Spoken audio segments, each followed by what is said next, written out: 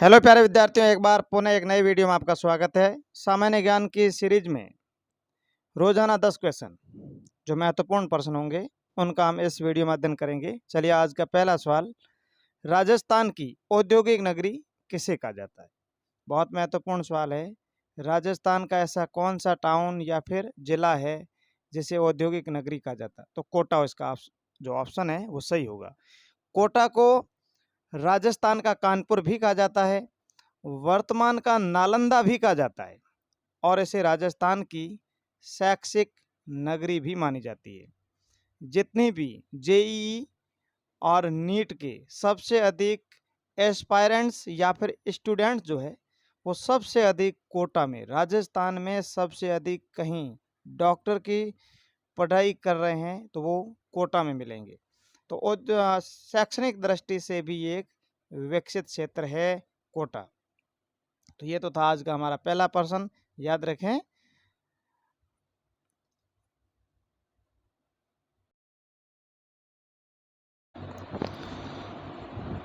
और अगला सवाल,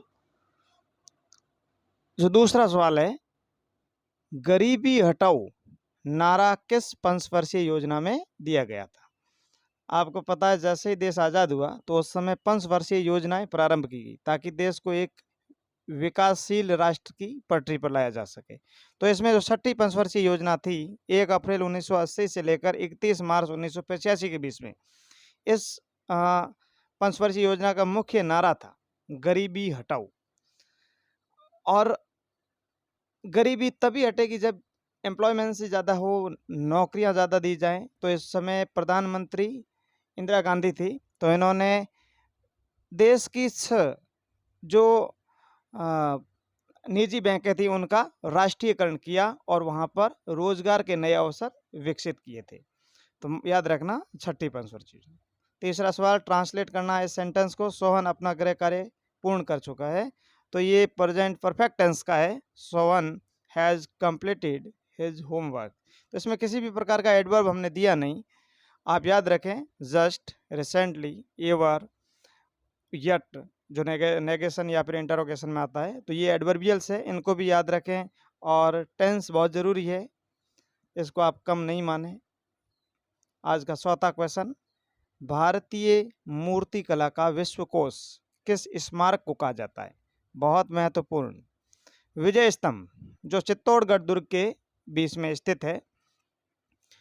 चलिए, इसके बारे में और जानकारी हासिल कर लेते हैं। विजय स्तंभ जिसे कीर्ति स्तंभ भी कहा जाता है, जो विजय स्तंभ, इसका निर्माण यानी 1437 ईस्वी में महाराणा कुंभा ने सारंगपुर का युद्ध लड़ा और उसमें जीत हासिल की।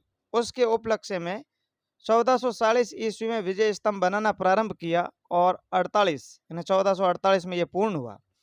इस विजय स्तंभ के ऊपर 33 करोड़ देवी देवताओं की मूर्तियां अंकित है, इसलिए कहा जाता है कि ये भारतीय मूर्ति कला का विश्वकोश माना जाता है। याद रखें, कई बार एग्जाम का ये क्वेश्चन बनता है। संविधान में पांचवा क्वेश्चन, संविधान में वर्णित आपातकाल उपबंध किस देश से लिया गया है? संविधान में आपातकाल जो लिया गया है वो जर्मनी देश के संविधान से प्रभावित होकर भारतीय संविधान में आपातकाल उपबंध जोड़ा गया। आपातकाल उपबंध आप जानते हैं, 3 तरह के आपातकाल लगाए जा सकते हैं और 352 से लेकर 360 तक जो अनुच्छेद है उसमें आपातकाल के वर्णन किया गया है। इसको हम किसी एक खास वीडियो में पढ़ेंगे कि आपातकाल कौन कौन से होते हैं और कब कब लगे। आज का छठा क्वेश्चन, व्यवधान ये एक शब्द है, इसमें संधि होगी। तो व्यवधान वर्ड है, इसमें जो संधि होगी ये यण संधि होगी और स्वर का भाग है यण। अगर इसको विच्छेद करें, वी प्लस अवधान, इसका मतलब वी यानी ई छोटी प्लस अ बराबर य होगा। तो ये यण संधि का रूप है व्यवधान। बहुत महत्वपूर्ण, हिंदी का एक संधि रिलेटेड क्वेश्चन। अगला 7वां क्वेश्चन, उत्तक किसे कहते हैं? साइंस का क्वेश्चन, साइंस के स्टूडेंट भली भांति जानते हैं। उत्तक शरीर आप सबको पता है कि कोशिकाओं से निर्मित है। तो कोशिकाएं, पूरी कोशिकाएं एक जैसी नहीं होती, कोशिकाओं के समूह होते हैं।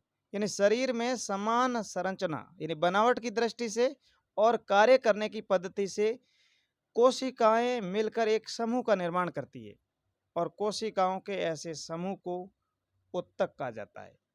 मतलब सिमिलर वर्क्स एंड जो उनकी बनावट है वो भी एक जैसी होती है, ऐसे जो समूह बनते हैं कोशिकाओं के वो उत्तक कहलाते हैं। 8वां question, SMC school management committee में सदस्य कितने होते हैं? सीधा सा फैक्चुअल क्वेश्चन, आंसर 15 सदस्य होते हैं। SMC आप विद्यालय में पढ़ते हो, बार बार यहाँ पर आपके अभिभावकों को बुलाया जाता है कि आज SMC की मीटिंग है, तो उसमें 15 सदस्य होते हैं SMC में। 9th क्वेश्चन, घन या क्यूब का पृष्ठीय क्षेत्रफल का सूत्र क्या है? घन आपको पता है जिसकी सभी भुजाएं समान होती है, तो घन का पृष्ठीय क्षेत्रफल अगर ज्ञात करना है तो 6 कोष्टक भुजा गुणा भुजा। 10वां क्वेश्चन, भारतीय सर्वोच्च न्यायालय का जिक्र किस अनुच्छेद में किया गया है? तो इसका सही आंसर होगा 124 यानी 124वां अनुच्छेद है, वो भारतीय संविधान में भारतीय जो सर्वोच्च न्यायालय है इसका जिक्र करता है कि भारतीय सर्वोच्च न्यायालय अनुच्छेद 124 में होगा। किस प्रकार का गठन होगा, कितने न्यायाधीश होंगे, मुख्य न्यायाधीश कैसे इलेक्टेड होंगे, ये सब 124 में वर्णित है। बस आज की वीडियो में इतना ही। Thank you for watching today's video. Thanks.